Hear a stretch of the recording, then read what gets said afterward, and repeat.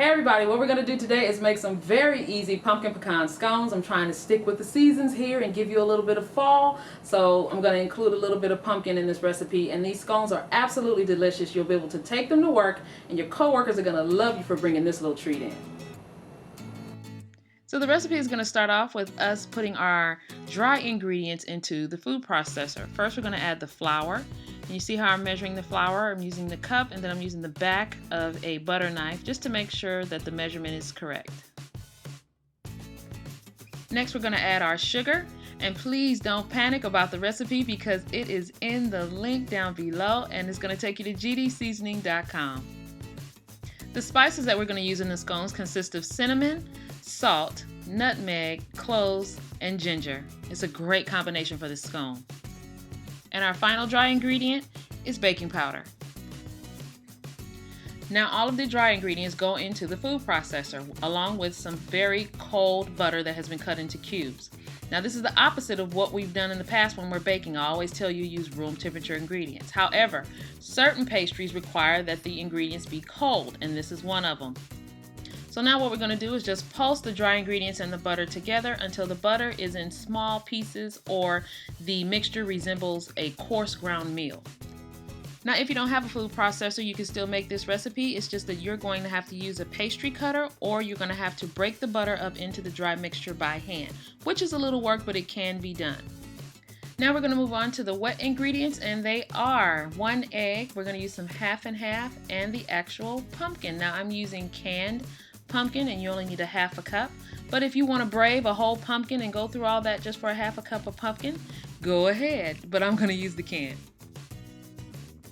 This canned pumpkin I actually got from Trader Joe's, and I think that's one of the stores that a lot of us have in common here in the US, and it's actually really good. So if you go to Trader Joe's, pick up a couple of cans and use them in some of your recipes and see if you want to incorporate them for the holidays. Next, we're just going to combine the wet and the dry ingredients by pouring the wet into the dry, and we're going to use a spatula to just fold the ingredients together until the flour mixture is slowly absorbed.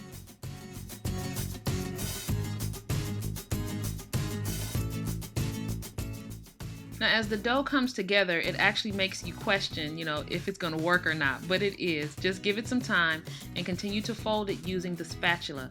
I want to steer you away from using your hands at this point because our hands will put warmth into the dough and we have that cold butter and we don't want to melt the butter.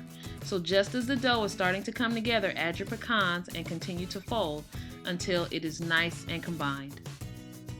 Now after this step, I want you to go ahead and put the dough into the refrigerator covered for about 15 minutes, just until you can clean up the kitchen, get your board all nice and floured, then bring your cold dough back out and put it onto a floured board.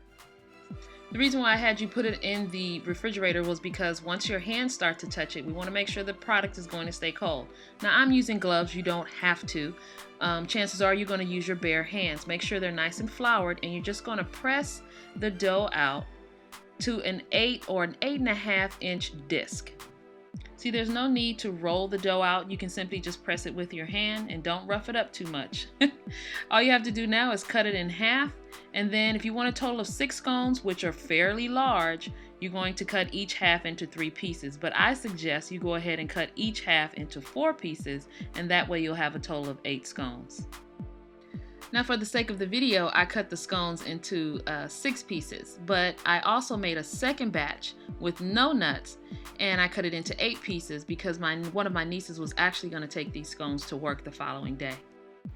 So as you can see, as I'm removing the scones from the board, you can notice why your board needs to be thoroughly floured, because if it's not, these scones will surely stick.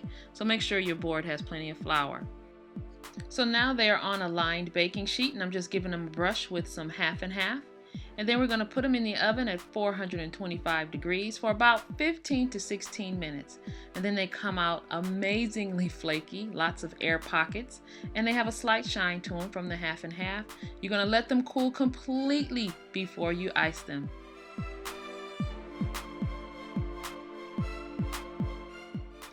The icing that I'm using today is a very simple one. It's just powdered sugar, half and half, and a little bit of vanilla.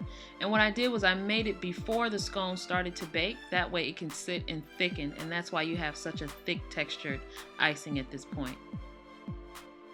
I want to thank you guys so much for joining me. You know I always appreciate it when you come spend time with me. And remember, the recipes can be found at gdseasoning.com. Check the links below. See you next time.